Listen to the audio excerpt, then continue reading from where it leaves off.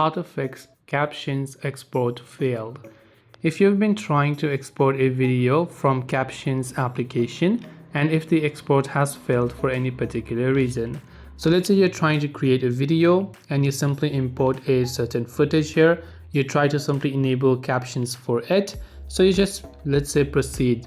Now let's wait first of all until this uploading is complete, and you can see whenever you're trying to upload or export a video, it might give you this processing error. Now there could be various reasons as to why this is happening. The first thing you want to try to check is the Captions app itself. If you're using on Android, just long press on the app and tap the I button to come to the app info page. If you're using on iPhone, you might want to try to offload it. Now from here, go to storage usage, clear cache, and also try to clear the data. Go to your Play Store and your App Store and search for the Captions app. Check if it has an update available, and if it does, then you want to make sure to update it to the latest version. If not, sometimes it could be a network connection, so make sure if you're using Wi-Fi or cellular connection that these are also working just fine.